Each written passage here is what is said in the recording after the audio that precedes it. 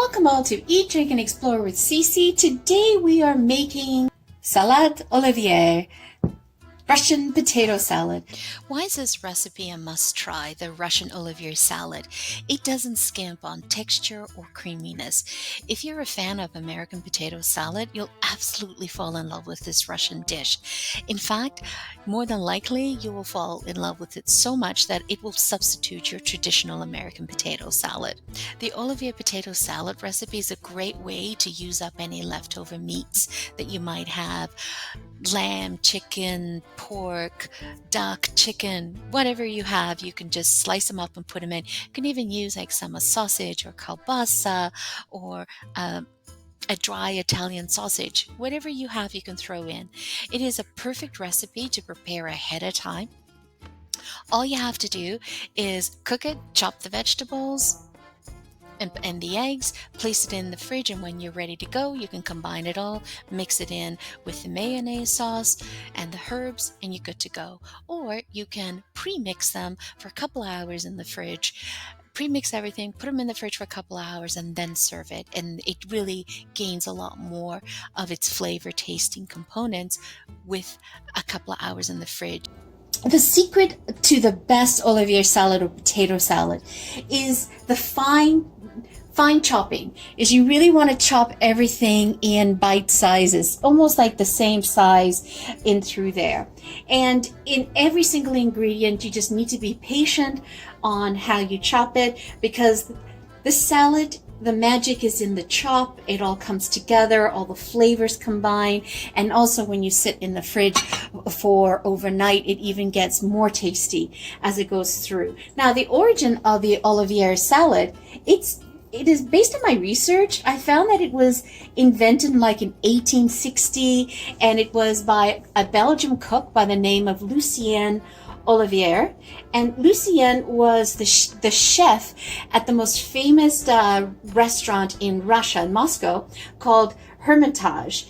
And it was a basic dish that he made that it became so popular that everyone was asking for it, so it became the restaurant signature dish. And ever since then, that salad has sort of transported itself across Europe, from the Eastern European as well as Western European.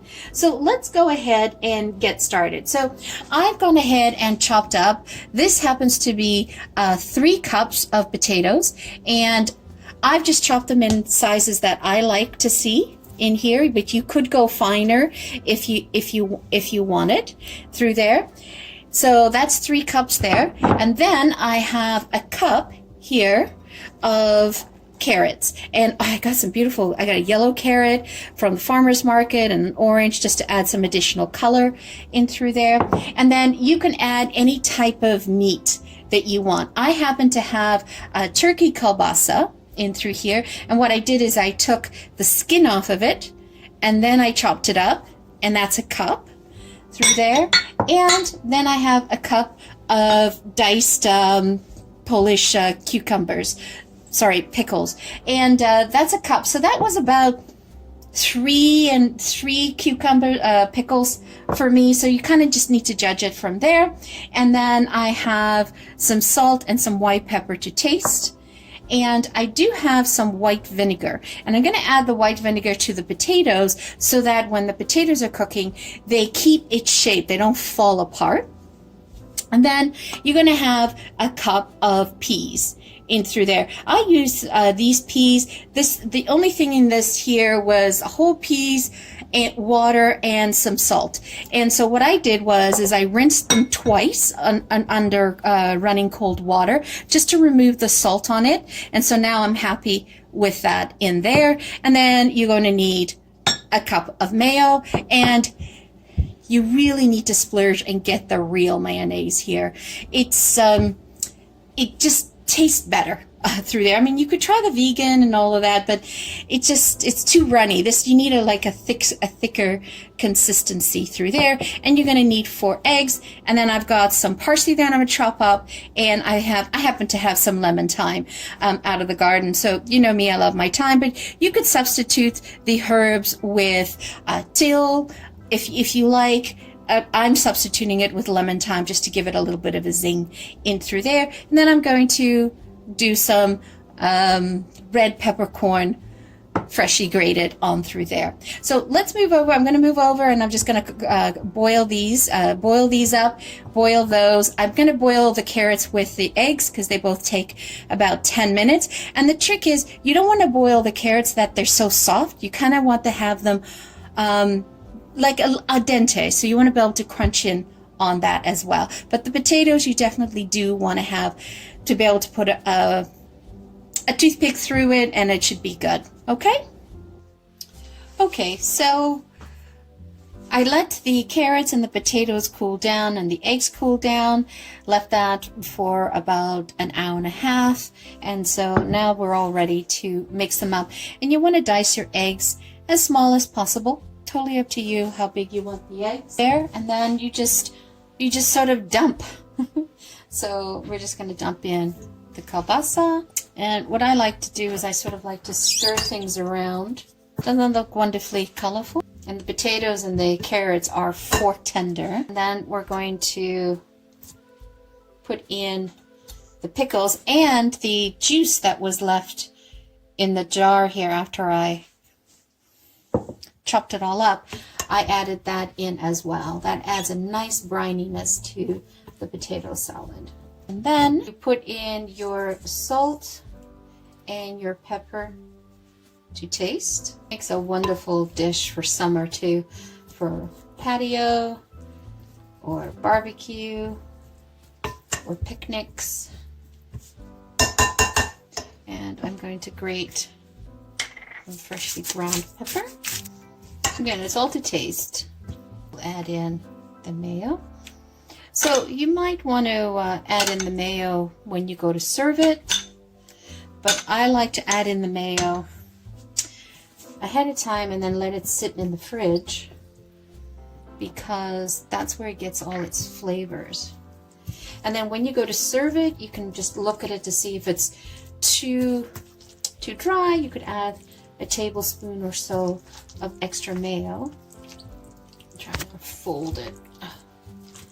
This makes a main meal, or you can have it as a side. Definitely have everything that you need here. And then I finally diced the thyme and the parsley.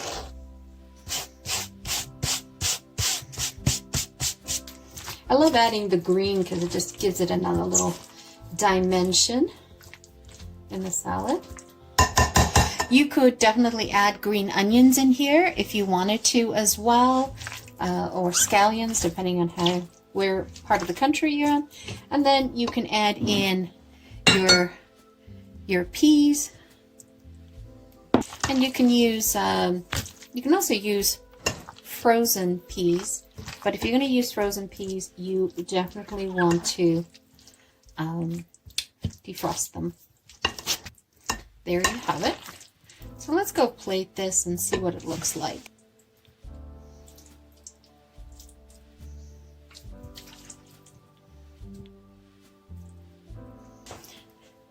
So there you have it, guys. The Olivier salad, also known as the Russian potato salad, and it is a refreshing tasting salad, and it tastes better the day after you make it because it starts to absorb all of its flavors as well. So let's give this a try. Oh, that's so good. That is so good. That's like summer. It just reminds me of being outside in the summer. So good. So what you'll also notice is that I only used 3/4 of a cup of the mayo. I reserved the other 1/4 cup of the mayo for tomorrow when I go take out the leftovers, and if it's too dry, I'll add that in. You don't want to put all of that mayo, that 1 cup at once, because I don't like mine too creamy, too mayo-y, like mayonnaise-y, so you can sort of adjust it from there. Thank you so much for joining me today. It's always greatly appreciated. Hope you enjoyed this. If you have not yet subscribed, please consider subscribing. hitting the like button, adding a comment, hitting your bell notification, all of those, all of them or one of them, they all help us have the YouTube algorithm find us and locate us and promote us to multiple people across the board. I'm trying to hit my personal goal of 1,000 subscribers by the end of this year and hoping that you could help me reach that goal. I would greatly appreciate it. Thank you so much for joining me. Salad Olivier, Russian potato salad. So thank you so much. Have a great day. Ciao for now.